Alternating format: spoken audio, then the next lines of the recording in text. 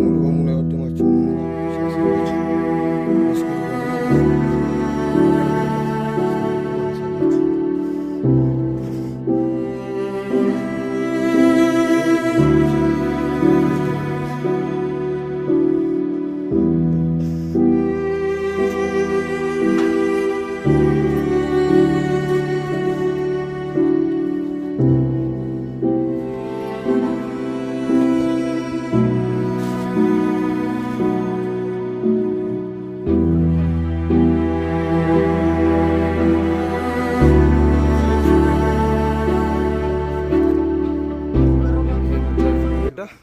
መስጊድ ነው።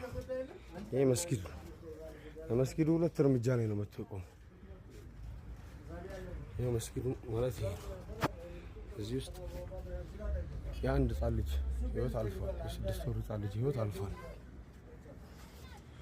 5 የሚሆኑ ሰዎች ላይ ከባድ አካል ጉዳት ደርሷል።